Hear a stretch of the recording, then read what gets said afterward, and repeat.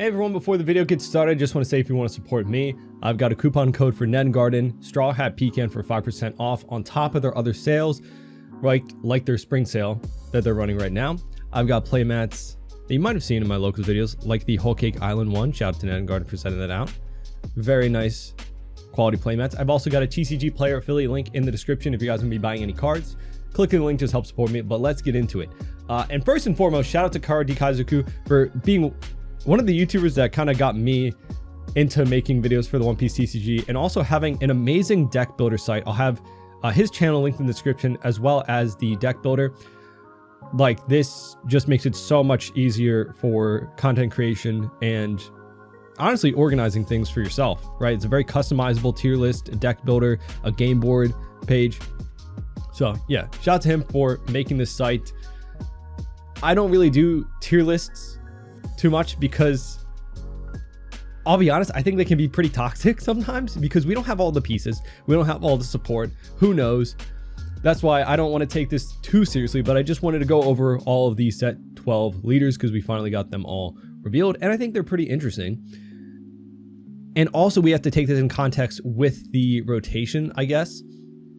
So looking at these leaders with down the line maybe losing the set 1 to 4 support, who knows? I think on paper though, we can look at their lead abilities and kind of go over them to see what I'm personally excited about, what I'm kind of gonna wait and see. And I'm not really gonna say that any of these leaders are bad necessarily, because again, anything can change with what comes out either in set 12 in terms of the support. Like, I think everyone is saying that Koala is a pretty good leader. There's a lot baked into that effect. But what if they just don't print that great support? Who knows? Who knows, right? And of course, in set 13, there could be a lot of support printed for one particular leader that bumps them up the rankings. Think of Vegapunk and Lim, right? In their initial release set, they weren't as popular, but the set immediately after, they got so much support that it bumped them up a lot, as well as other things changing around the meta, like around them, like a ban list. So you never know. Everything's speculation. Everything's up in the air. You shouldn't take a tier list too seriously. I'm just going to be going over their leader abilities, what I think of them, and how excited I am about the deck. That's why I've got probably good, wait and see. So that's like for what support they get for this set, and then maybe next set in that maybe they just get better support the next set that bumps up their leader ability, right? But going over the leaders, we've got the red mono Rayleigh leader. I was really excited for a Rayleigh leader because I think he's a really cool character, and it's a very interesting restriction that I'm honestly hoping they give him good support for, because I think if done correctly could be pretty fun. He is a 5-life mono red leader with the former Roger Pirates typing, 5k power. You can't have cards in your deck with a cost of 5 or greater, so you're limited to 4 and below, which is pretty restrictive. Active main once per turn, you may reveal 2 event cards from your hand, give up to one of your characters with a base power 4,000 or less plus 2k power. So obviously a lot of comparisons to mono red Zoro, in that he's buffing his board mono red character. Having to reveal 2 events means that most likely he'll be a pretty event heavy deck with hopefully some really good character support to back that up. I'd imagine that it would be things along the lines of, think of Mole Gun, right? The 4 or Mole Pistol, the 4 cost event that minuses 5k power. Very good for tempoing your opponent's board by giving you a huge advantage on your turn, right? So even though Rayleigh might be playing small cost characters, in conjunction with the events that goes along with it, maybe there's some really good board control we could get, or aggro. Who knows? Obviously, buffing for no cost, besides really revealing 2 cards, is pretty nice. Making a 4k power, though, means that, yeah, it's going to be a lot of little weenies, right? But again, I don't think the ability is super strong because it's super restrictive. And obviously, only buffing one character that is based off the fact that you have 2 events in your hand. So maybe late game, if you're running low on resources, you can't even use this ability if you just don't have enough in hand. I'm interested to see what he gets in terms of support, but I don't think he's going to be that great. I would love to be proved wrong because I think his character is super, super cool. I don't know. Obviously, I think the Roger leader is set 13, right? So I think we'll probably get more support for him, not only in set 12, but in set 13 as well. So I'll probably put him down in maybe next set. I think he's going to get more support down the line. That could maybe buff him, but right off the bat, I think there's probably going to be better leaders. But again, love to be proved wrong. Zoro, this is tough for me because I love Zoro's character, and also I'm a green player. I love green. Interesting effect. Again, putting this into perspective of like losing set 1 through 4 for a rotation. Obviously, Rayleigh would probably replace Zoro as a mono red leader, but who knows, because we have other good red leaders. Like we already have the ST21 Luffy that's pretty good aggro and dragon, so his support would have to be really good for this effect to not have a huge downside. Same with Zoro, right? Like he is a mono green 5 life leader, 5k power with the slash attribute. Dawn ×3 activate main once per turn. If this leader has battled your opponent's characters during this turn, set this leader as active. Then this card cannot attack characters with an original cost of 7 or less during this turn. So obviously kind of similar to green mono kid, right? Being able to restand himself for 3 Dawn. Although this is attached Dawn, so that's nice. Off the bat, I wonder if Zoro would have benefited more from being a dual color red and green leader, because red has a lot of new support that attaches rested Dawn to a leader, so that would have given some more opportunities. But just being a mono green, we do have supernova type, so that means we do get access to things like the 5-drop Cavendish, which makes me a little bit more interested because you do get some more value off of that, right? Being able to withstand 2 Dawn. I could see Zoro being a very 5-cost heavy deck, right? With like the Cavendish, maybe 5-cost Smoker, things to restand Dawn so that you can play out characters while also being able to attach Dawn to your leader. Swinging 8k at one of your opponent's characters and then at their life, right? Because unless your opponent has an 8-cost, you're not going to be able to swing at the board again. But, you know, getting 2 swings off is still pretty nice. I don't know, because we do have really good supernova support and a lot of green Straw Hat. You know, we've got green purple Luffy coming out this set with a few green cards, right? Like the Nami Searcher and such. There's already green Straw Hat stuff from the old Zoro and Sanji deck. So I think he's probably got more support than Rayleigh would have right now. So I think, I don't think he'll be the best, but I think he's got options off the bat. So probably we'll see a lot of play. Also, Zoro being a very popular character, I think a lot of people will put more time into trying to deck build this. As me, myself, I probably will too. But yeah, I think being a Straw Hat leader, having already a lot of green supernova and some Straw Hat support, I think we'll have to just see what support he gets. If we get more restanding Dawn, obviously that is more of a, you know, aspect of green, right? Restanding rested Dawn to get value out of that, rather than just straight up attaching rest Dawn like in red. So as long as he's got, I imagine there's going to be some support that restands 3 Dawn, which would be super strong. So if there's anything, because right now all we have, I think, is Cavendish and like Baby 5, the 2k counter. Like those type of things restand 2 rested Dawn, and that's like the most you can get. If you combine that with Smoker, then you can get 3, right?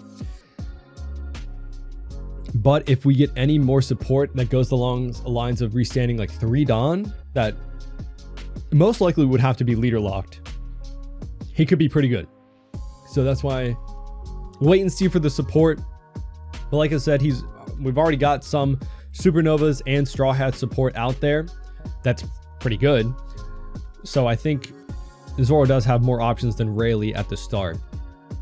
Kuzan, our mono blue leader, 5k power, 5 life, just navy typing, with the effect of when you trash cards from your hand due to your navy card effects, you may draw an equal number of cards that was trashed due to that effect. Obviously, we're just kind of reliant on navy cards. Yeah, I think this was the card literally everybody was talking about when this leader got revealed. I'm not original in pointing this out, right? But it's an 8 cost main. Place all characters with a cost of 3 or less at the bottom of the owner's deck. Then you and your opponent trash cards from your hand until you each have 5 cards. And then obviously Kuzan's ability would kind of negate that, because you would just be able to draw those cards back. So I think this off the bat would be pretty good counter to Rayleigh if he is playing a lot of little bodies, right? 3 costs lower. There's also other navy cards that make you trash already, like the Aramaki, which is a blocker. 8 cost, 8k, trash a card from your hand, so obviously you get that back. Place a character with a cost of 2 or less at the bottom of the owner's deck. It's unfortunate that they're all very small cost bodies. Yeah, I think blue is pretty strong, but honestly, I'm just kind of glad that we're getting away from the 7 warlords, because blue has just been 7 warlords for so long, or blue Nami. And the fact that it is leader locked to, or not like leader locked, but archetype locked to navy, means they can print pretty strong blue cards and not have to worry about things like blue Nami, the mill deck coming too strong.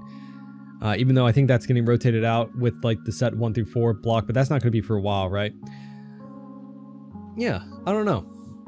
I think Kuzan obviously is a leader that's kind of wait and see, but I don't think that's a bad thing. I think he'll still be pretty strong. I don't think the necessarily the order in the tier is going to matter too much. Blue Purple Sanji. This is a leader that is 4 life, dual color, 5k power, Straw Hat Crew, and the Vin Smoke family. Activate main once per turn, Don -1. Activate up to 1 Straw Hat Crew type event card from your hand with an original cost of 3 or less. And then when attacking, if the number of Don cards on your field is equal or less to the number of your opponent's field, add up to 1 Don card from your Don deck and rest it.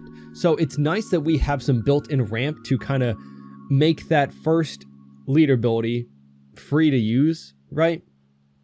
And the fact that he's got Vin Smoke family typing is interesting.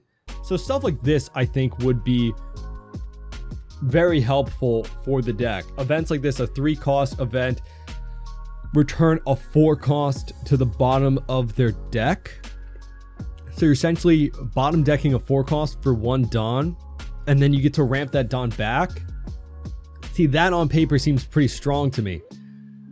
Obviously, it's going to really depend on it. The fact that he's though got Vin Smoke family typing, but the main aspect of the leader ability was for Straw Hat Crew events. We already see like there's events like Peel Off and such like that. Good 3 cost events, but it's heavily dependent on what they print for these Straw Hat Crew type cards. I think he'll either be decent this set, or we'll just have to wait for next set. So I'll put him at the end of this section for right now. Rosinante, really cool to see him get a leader again. Purple and yellow, 5k power, 4 life, navy Don Quixote Pirates typing. So once per turn, if your Trafalgar Law would be KO'd, you may add 1 card from the top of your life pile to your hand instead. So you can protect one of your law characters by taking a life, and then activate me once per turn, Don -1 during this turn. The next time you would play a law from your hand with a cost of 4 or more, you have its cost reduced by 2. And they already showed off 1 7 cost law that seems pretty good for this effect. Is it 7/8 SR that has some interesting effects. On play, if the number of Don cards on your field is equal or less to your opponent's, add one and set it as active, and then your Don Quixote, Rosinante, and Heart Pirates type characters get plus 1000 power till the end of your opponent's next turn. So having that 7-8 reduced by 2, so you can play out a 7-8 for 5, seems pretty good. I don't know how strong he'll be with those effects. Again, all of these things are very leader locked. A lot of the lifting for this is being done by the support, which isn't bad.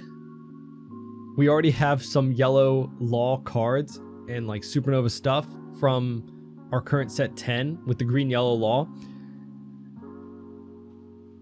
But obviously the deck is looking to aim for more Heart Pirates, Don Quixote Rosinante, which we do have, like the 5-cost Rosinante from, again, this set 10.